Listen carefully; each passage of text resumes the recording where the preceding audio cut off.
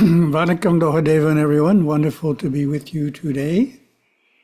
First day of September in Asia. Om Sahana Bhavatu Sahana Bhunaktu Sahaviryam Karavavahai Tejasvinavadi Tamastu Ma Vidvishavahai.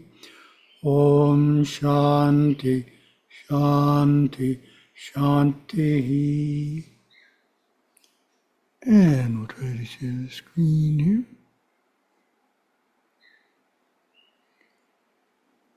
Share screen, September 1.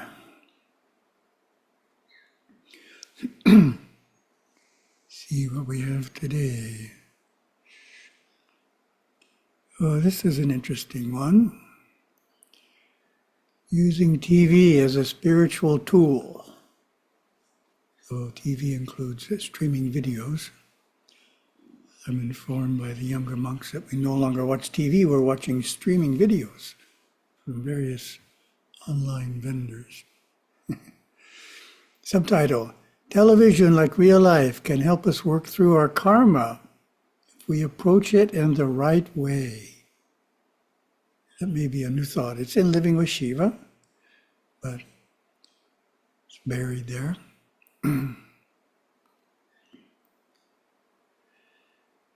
Television is a little like God. Why? Because it's everywhere. Traveling by plane and staying in hotels, you encounter TV at dawn in the hotel's fitness center, then in the breakfast cafe, and later at the airport, and even on the plane 30,000 feet above the earth. Settling down that night in your next hotel 3,000 miles away, the TV is already on when you get to the room. Amazing. Sometimes 2 TVs are on in your room. Talk about ubiquitous influences. A well-researched web article notes that close to 100% of the adult population watch some television every day in the media-saturated societies, North America, Western Europe, East Asia, and in most Latin American countries. In the rest of the world, with the exception of some African countries and India, where the percentages are 56% and 64% respectively, TV is a daily fare of 70 to 85% of the adult population. So these statistics, of course, are a bit old, but you can't get more than 100%.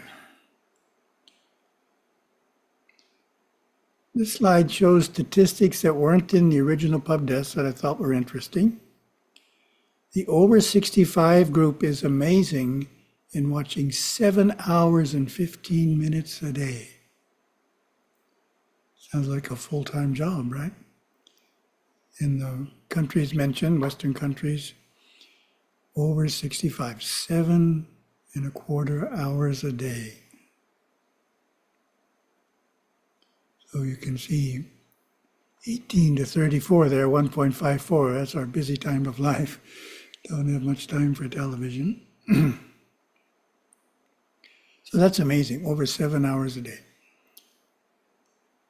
The best TV shows are viewed all over the world. When Gurudeva visited South Africa in the 1990s, he was advised not to hold events on Wednesday nights because the popular American soap opera Dallas was on that night, and everyone would stay home to watch it.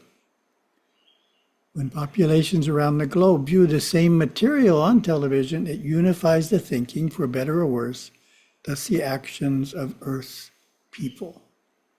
There's the famous Dallas crew when they were young. Gurudeva observed, today television has become an instrument to convey knowledge and bring the world together, set new standards of living. Language, styles of dress and hair, ways of walking, ways of standing, attitudes about people, ethics, morality, political systems, religions, and all sorts of other things, from ecology to pornography. Television, like the fashion world, has its own trends over the decades. There was a time back in the 60s when nearly every show was about cowboys and Indians, set in America's wild, wild west. Then came the area of quiz shows, $64,000 question, truth or consequences. It's a wave of Carol Burnett and Ed Sullivan type talent shows. I like those and wish they'd come back. Later, TV featured evening dramas, Dynasty, Falcon Crest, and a galaxy of others. More recently, humanity has been inundated with stories about detectives, crime scene investigators, lawyers, reality shows, and dirty, rotten scoundrels. Lately, we have a new breed of fiction and nonfiction programming with mystical themes, prescient dreams, immortality, and reincarnation. Humans with remarkable powers, such as reading minds, seeing and speaking to the dead, stopping time, listening to people's thoughts, and flying through space and time. How does significant exposure to television affect us? Is it making us wiser or worldlier? Is it a help or a hindrance to our spiritual progress? So that's the question to you. What is your opinion of how does significant exposure to television affect us?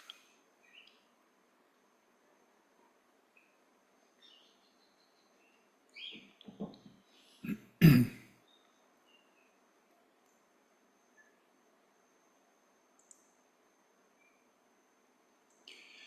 key lies in how we approach it and what we watch.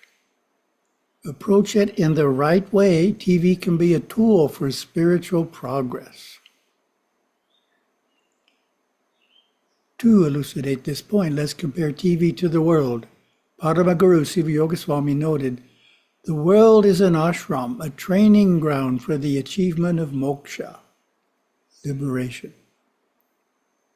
Of course, for that to be true, you have to make it that way. You have to hold that perspective. What is the world to a carefree, fun-loving high schooler? It's a place to party, kick back, and hang out. To an up-and-coming entrepreneur, the world holds the promise of lots of money. That's his or her focus. Others are focused fulfilling a profession or perfecting an art. To some, it's all about relationships, making friends, building a family. In short, the world is what we make it. It's not something unto itself that we all look at the same way. To the practicing mystically awakened Hindu, the world is fundamentally a place to make spiritual progress, where we face our karma and grow from experience.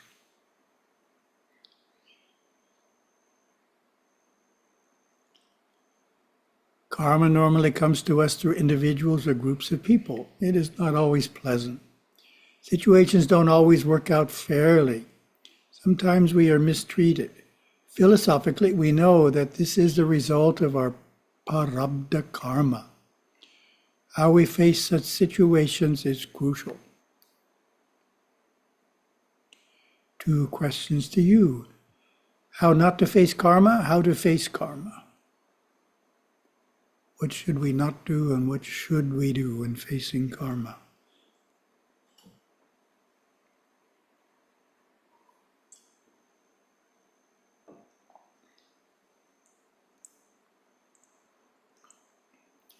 The instinctive response is to retaliate.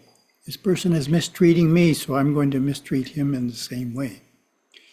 But if we do retaliate, we create new negative karma, which will return to us as painful experiences in the future.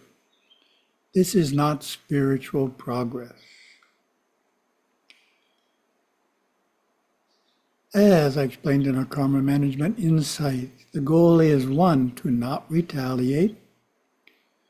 2, instead accept the karma that comes to us as our own creation. And 3, ideally forgive and forget the whole event, rather than holding on to it and letting it gnaw at us on the inside.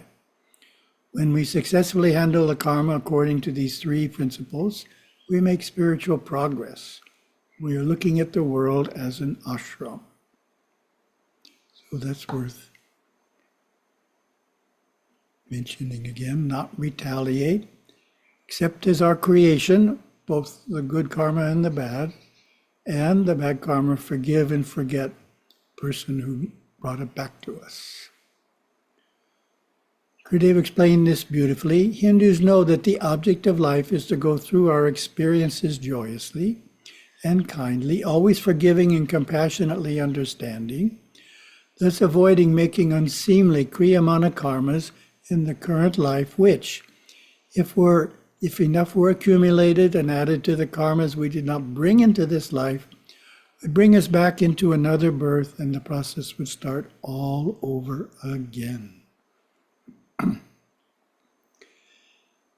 Gurudeva continues, like living in the world in the right spirit, watching television from the correct perspective can help us face and manage our karma.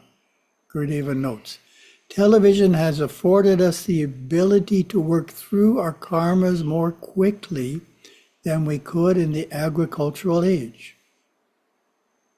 On TV, the other people who play our past experiences back to us, for us to understand in hindsight, are actors and actresses, newscasters, and the people in the news they broadcast. Hindus know nothing can happen physically, mentally, or emotionally, but that it is seated in our prarabdha karmas, the action-reaction patterns brought with us to this birth. Therefore, on the positive side, we look at television as a tool for karmic cleansing. The great boon that television has given humanity, which is especially appreciated by Hindus, is that we can soften our prarabdha karmas quickly by analyzing, forgiving, and compassionately understanding the happenings on the screen, as our past is portrayed before us, and as we work with our nerve system, which laughs and cries, resents, reacts to, and avoids experiences on the TV. Oh, how does television act as a tool for karmic cleansing?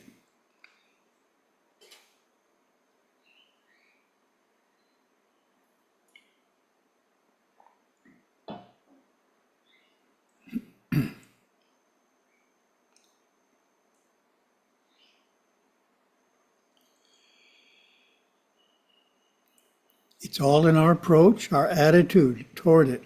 Specifically, television helps soften our karmas. The karma still comes to us, but we have prepared ourselves to receive it by watching similar situations on television and gaining an understanding of the nature of that kind of action and reaction. We have pre-lived it through the actors and actresses. Thus, when the karma comes, we don't react as strongly or comes to us in a less disruptive way. We handle it with less emotion and more wisdom, less reaction, and more understanding. So we're calling that softens our karmas. Still comes. It's not eliminating karma, which is harder to do, but it's softening it or mitigating it.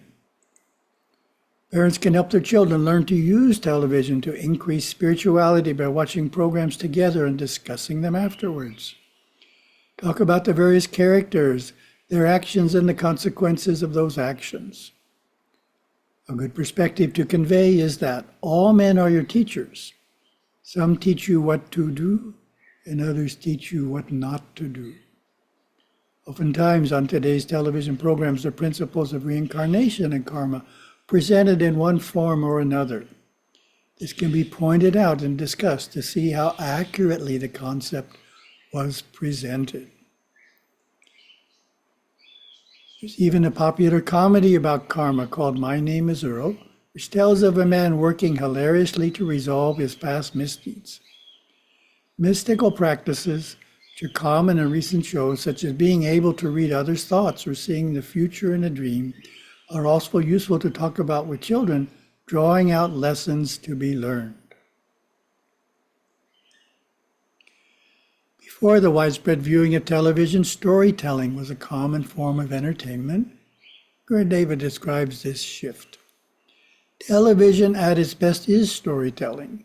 We used to sit around and tell stories. The best storyteller, who could paint pictures in people's minds, was the most popular person in town. In every country, at every point in time, humans have sat down and been entertained, and entertainers have stood up and entertain them. The advantage of storytelling is that the teller or reader of the story can choose tales with strong dharmic themes and avoid those with adharmic ones. With television, while you do have the choice of what shows to watch, the themes and plots are in the hands of the writers and producers who come from all sorts of backgrounds.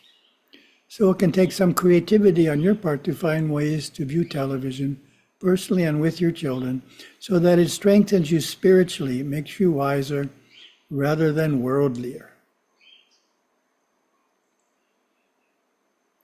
Definitely, we don't want to watch TV too much. Gurudeva's advice is, Shiva's devotees may watch television and other media for recreation and to keep informed about the world. Limiting viewing to about 2 hours a day. They avoid nudity, foul language, crudeness, and excessive violence. The monks have filters on the shows they watch to make sure that all of that is avoided. Television can be very entertaining and helpful, or it can be insidiously detrimental depending on how it is used.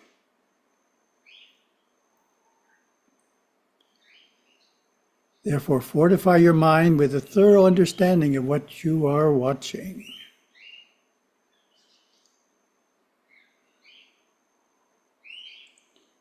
And our second topic here. We are catching up on questions to satsang@hindu.org.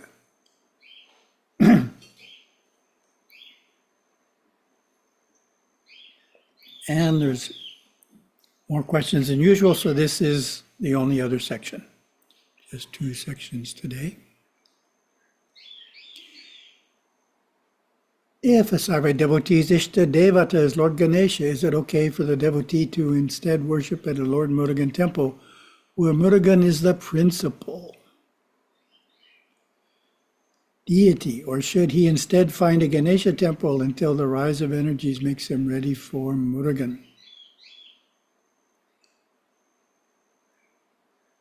What do you think the answer is?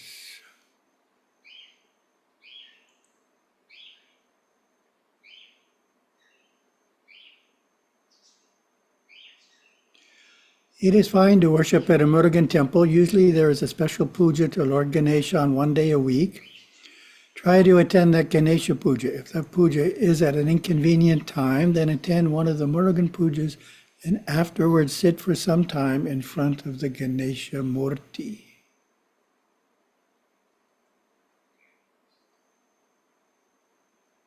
Okay, interesting here.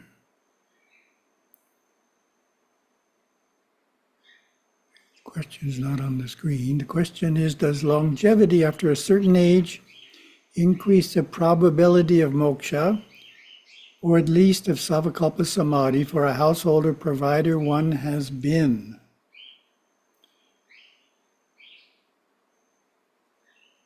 Okay, there's the question.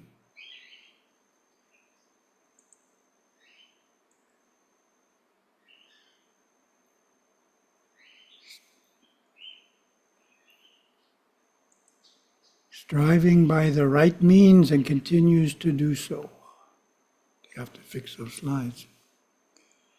How is longevity important on the spiritual path? So what do you think is the answer? Longevity helpful for deeper realizations?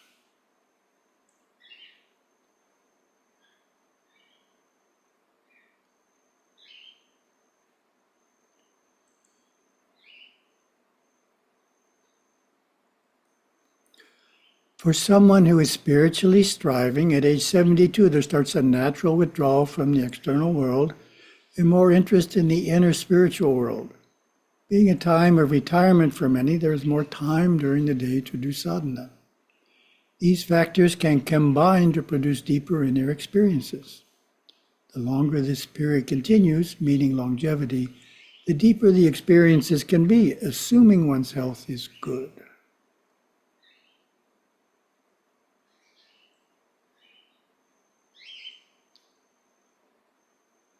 Gurudeva and the Master Course emphasize that even as we reach advanced age, we should still have hope in the future and create a long-term plan for life. However, also in the Master Course, devotees are taught they should live in the present because both the past and future are equally of lesser importance.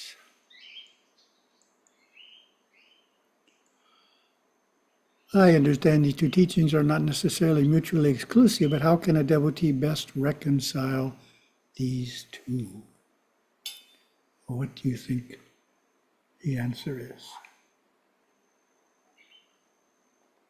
We should have a plan, but we shouldn't think about the future. Hard to have a plan without thinking about the future.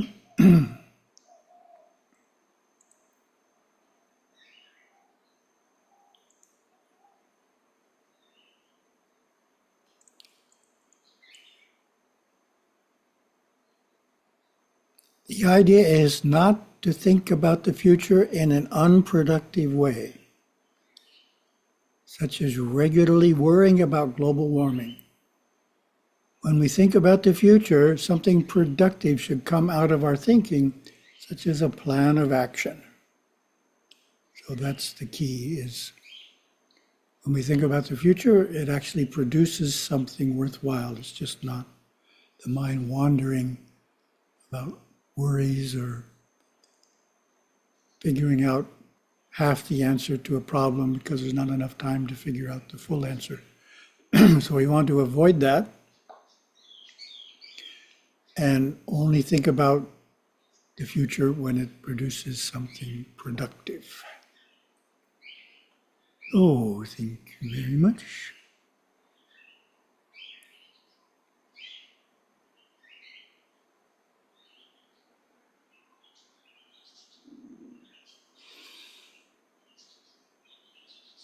Om.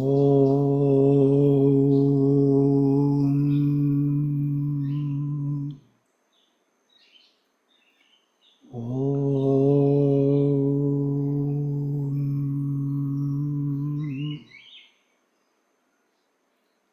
Om.